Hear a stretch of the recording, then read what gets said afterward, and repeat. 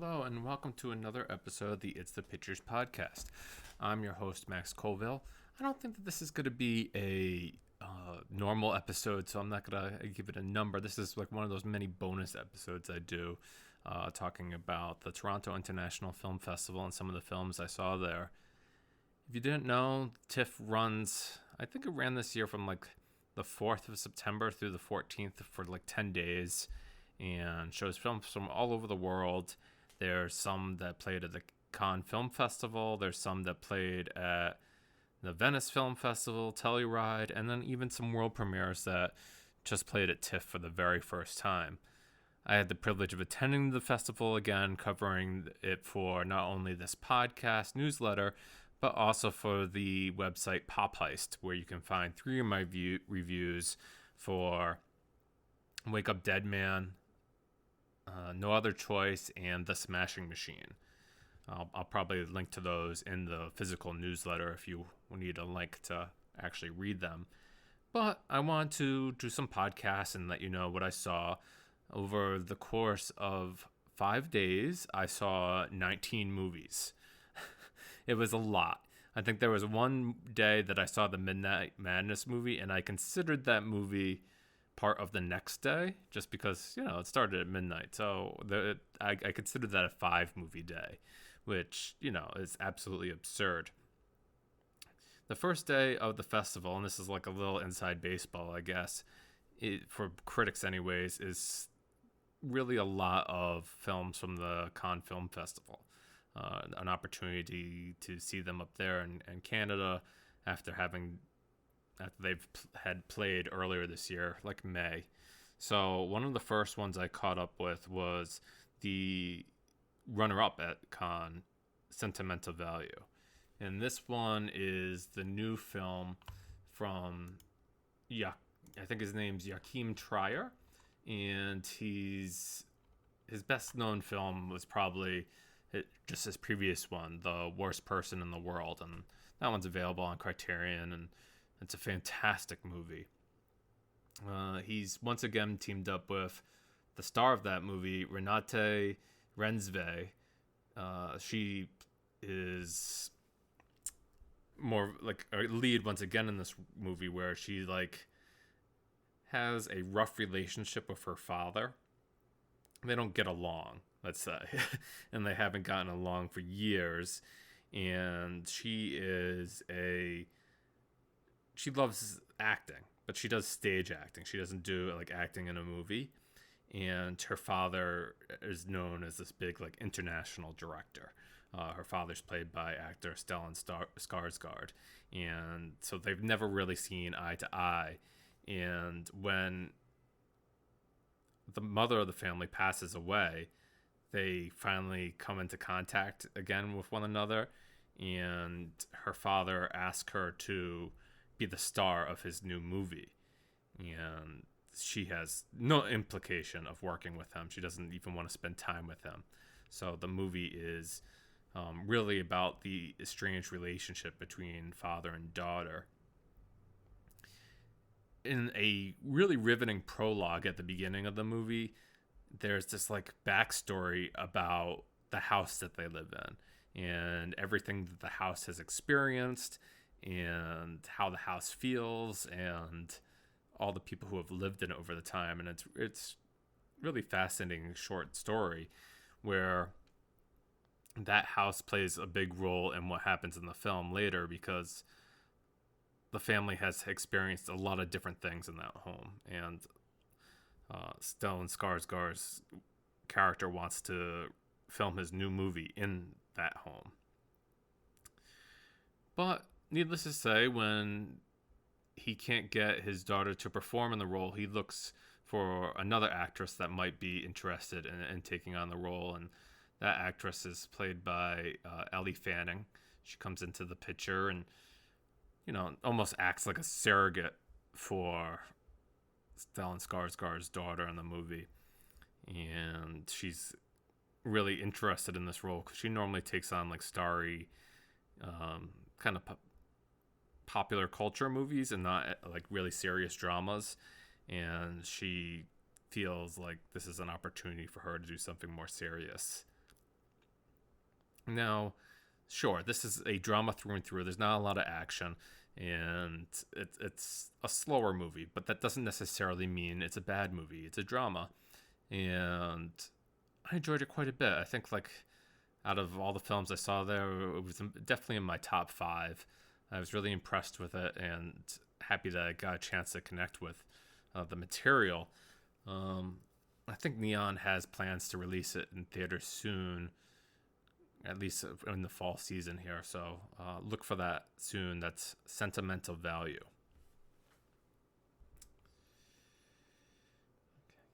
Okay, the next one I saw is probably like one of my least favorite films of the festival, at least for what I saw. It is this film called A Private Life, and it stars Jodie Foster. And I'm gonna like butcher what what the film's actually about because I just didn't really care for it. Um, it Jodie Foster plays like a therapist who one of her patients has recently committed suicide, and she's not really convinced that it would be a suicide. She questions whether or not the patient's daughter or the patient's husband would have murdered her, and so she almost becomes like a private eye in a way. Um, it's not really all that exciting. She rekindles a relationship with her ex-husband during the course of the movie, which I think is probably the most delightful part of it. They play off each other pretty well, and they're funny together. But I don't know about anything else. There's this sequence early in the film where she, even though she's skeptical, she visits a psychic, and she like through the power of the psychic, she's able to like go back into a past where like maybe she was the lover of this woman who committed suicide. And I don't know, it's just like a messy plot, and I was not really excited about it. I think Sony Pictures Classics has it, so um, most likely they're gonna push the performance of Jodie Foster and just see where it goes. But I have a hard time recommending it, and that movie was called A Private Life. Next on my list was the Palme d'Or winner at the Cannes Film Festival this year. That the Palme d'Or is the highest honor at the Cannes Film Festival, and I was really excited to see this one. It's called It Was Just an Accident, and it's also being distributed by Neon. I think they'll probably have a rollout starting in October. But this is directed by Jafar Panahi, and he's an Iranian director who, always runs into a little bit of trouble when making his films, and this one's no exception. I even if that's the case, I've always enjoyed his work. There was like some other films, I think Taxi a decade ago I really liked, and although I haven't seen it yet, there's this film that he did called No Bears. It's available on the Criterion channel, and also available to purchase through the Criterion line. But yeah, I was looking forward to what this movie might be. And it's funny, it starts off kind of in a misdirection where this family's driving late at night and they run over a dog by accident, and they feel really terrible about it. But the father of the family has to stop at this, I don't know, gas station nearby and to get help because the car kind of breaks down after hitting the dog. And while they're there, he is walking around and somebody overhears him walking. And this gentleman who hears the father walking notices that he has like a prosthetic leg. It's like squeaky. And all of a sudden something in him snaps in his psyche, where he remembers a few years ago that he was abused by someone, or like captured by someone who had a squeaky leg, and this must be the guy. So he follows him to his home the next day and follows him around town, and then he knocks him out and sneaks him and puts him in his van and drives him out to the desert. And in the desert, he has kind of dug a hole where he's going to bury the guy alive. And, you know, to go from like not knowing who this guy was to like all of a sudden wanting to bury him alive is a big stretch, right? And he gets him in the hole, and then he begins to have some doubt. He has some doubt on whether or not this guy is actually who he thinks he is. So he needs to go around town and find a bunch of different people who might be able to like ID this guy based on his voice and his leg and his scars. And it's kind of turns into like an adventure kind of movie at this point, like finding all these different personalities. They come up with like a photographer, a bride. It's just a really colorful cast of characters. But the movie asks a lot of questions, and it doesn't necessarily answer them all. And I think that's probably the most enjoyable part of it, because like my mind was racing while I was watching this movie. I had so many questions, like why would he kidnap this guy? Why is he interested in this? And why are these people doing what they're doing? And how are they all connected? And even when ultimately the question comes up of do they have the right guy or not, you know, there's still lots of questions leading to that solution or not. And I think it was, again, one of my favorite films that I saw at the festival. It's just really, really well done. And so if you have a chance to see that one, it's called It Was Just an Accident. The opening night of Midnight Madness, and if you don't know, Midnight Madness is a series of films at TIFF that are more or less genre films. They're either horror films or really absurdist comedies. I hadn't seen too many movies in the Midnight Madness. One, because I'm normally exhausted by that time, and two, because they're just straight up horrors that I'm not really interested in seeing in a big theater like that. I think a few years back, I saw the premiere of the Halloween reboot in a Midnight Madness, and that was a pretty awesome experience. And like the crowds there are pretty uniform. Well, I'd say uniformly fun to hang out with. Everybody's into the movies, cheering when they're supposed to. I'm not gonna lie. When I saw this movie, it was hedging like I almost into the 12:45 mark. I was like falling asleep and nodding off a little bit, but I'm going to tell you that the movie is still good, even though I was exhausted. And the movie in question is this movie called Nirvana, the band, the show, the movie.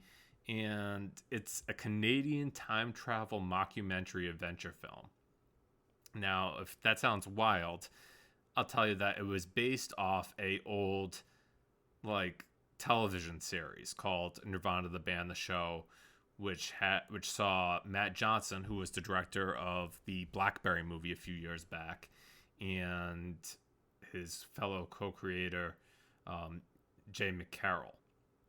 And the two of them want to, I guess, book a gig because they're like a starting out band at this restaurant or bar in Toronto called Rivoli.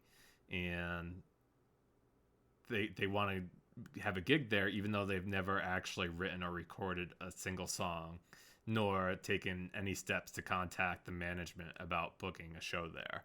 So they're, kind of ridiculous. But in this movie, it pretty much continues the saga, and they've come up with this great plan that if they skydive off of the CN Tower into the Rogers Center, then they'll certainly get enough attention to play a show at the Rivoli.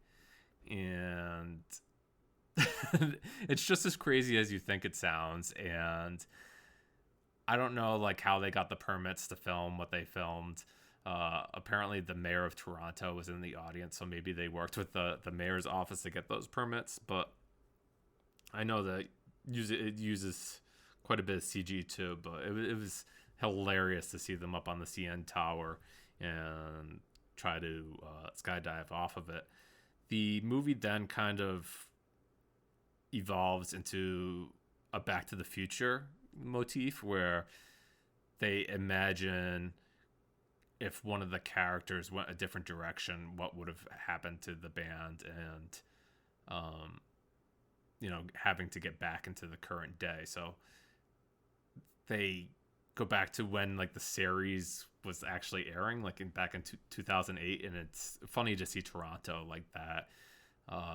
The movie is really like a love letter to the city as well as being a comedy. So it played like gangbusters at TIFF, obviously. But I think Neon has distribution here in America, but I don't think they'll have any idea what to do with it. Hopefully, it plays some festivals or some midnights, and people find it and latch onto it. I imagine its path forward is one of these films that like people will tell each other about, and they'll find it and say like it's amazing, and that's its like path towards being relevant in the future.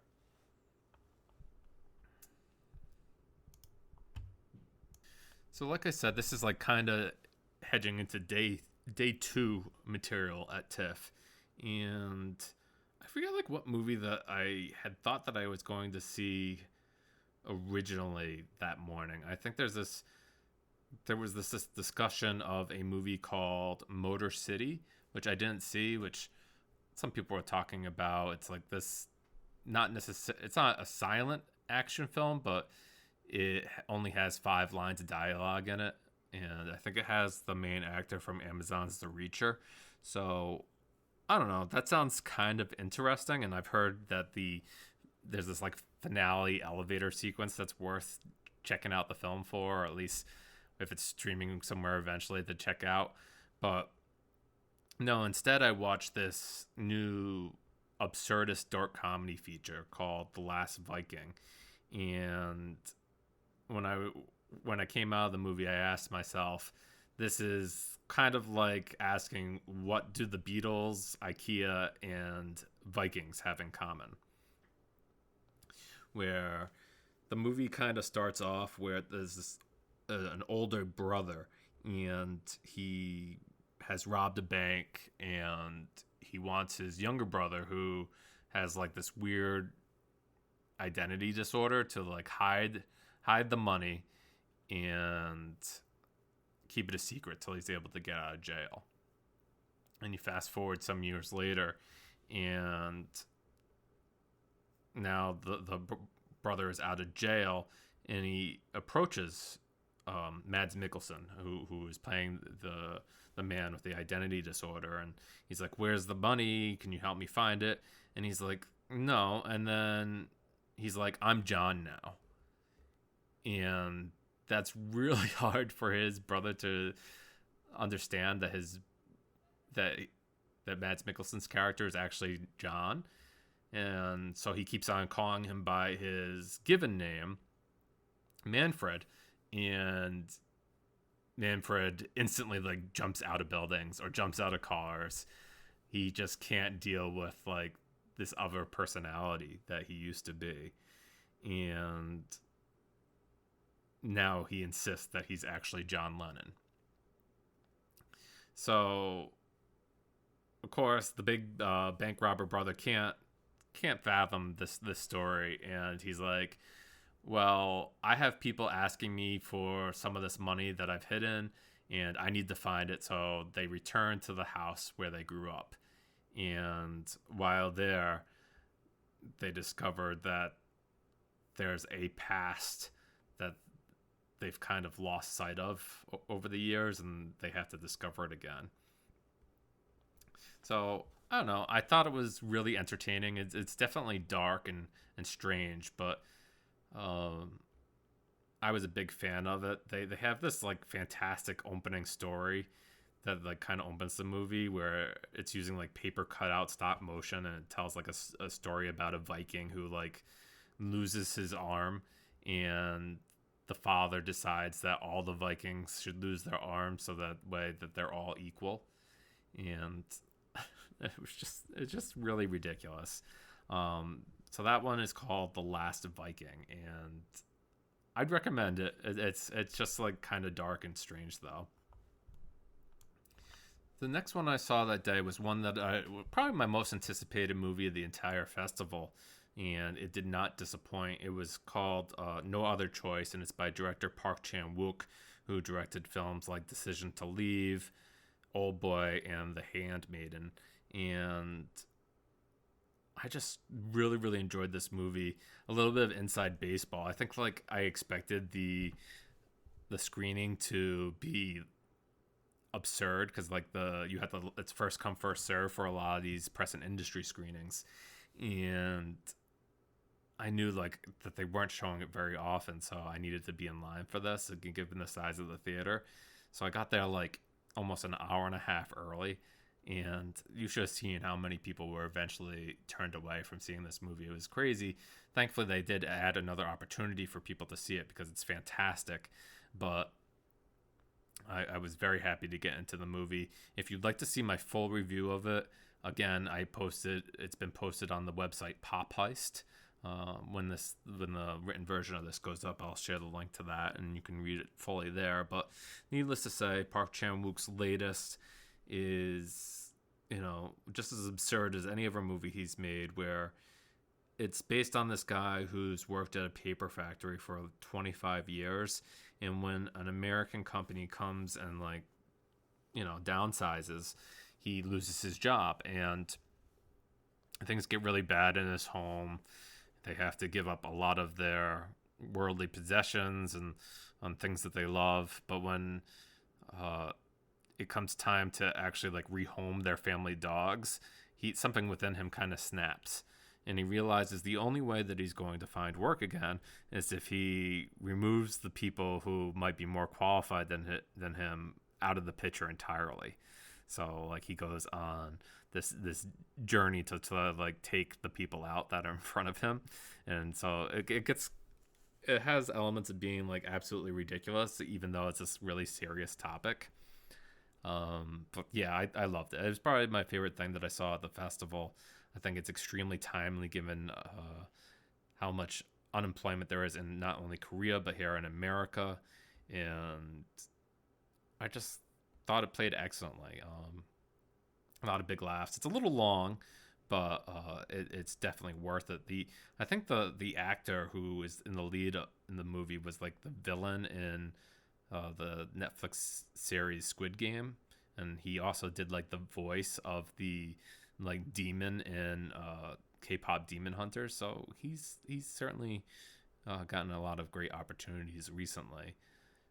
So that was, again, No Other Choice. I think Neon announced that they're releasing that limited on Christmas Day and then expanding out wider come January. Oh, okay. Time for the next movie on my list, which was one that I didn't originally get a ticket for, but like I kept on trying because some part of me wanted to see it, and you can find the trailer for this one online. It's called The Choral, and it stars Ray Fiennes as the head kind of choral leader.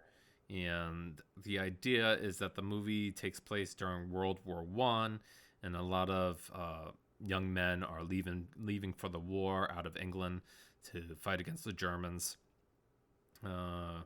Ray Fiennes is asked to lead the choir, even though he's a self-proclaimed like atheist, he's gay, and he's visited Germany recently. So like there's a lot of like hesitation to have him be a leader of this choir.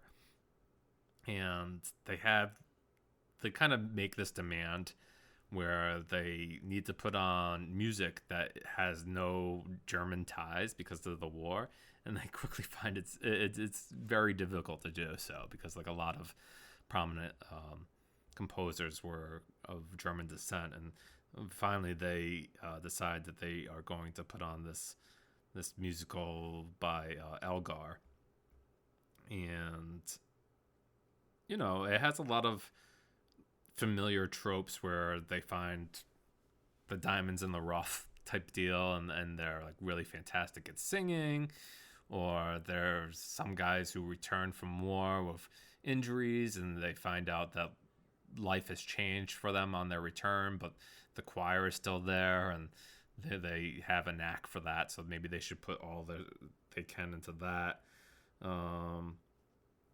And then, of course, it's almost like a fond farewell to these young men who are going off to war during World War One, and it's not it's not really like a super serious picture. It's kind of fluffy, if you will, and but like if you watch the trailer and you kind of know that going into it, so I don't really fault the movie for that.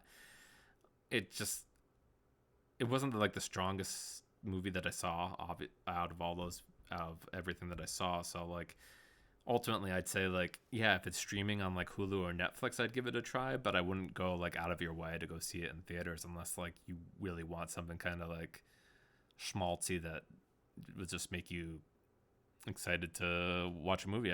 I have some people that I know that are in a choir, and I thought like maybe they'd really enjoy this to see just like how this group of people kind of evolve and find the people who are really talented at singing, and certainly I'd recommend that to them. But yeah, it's certainly not like Ray Fiennes' last performance in Conclave, where he was so excellent and that movie was so good.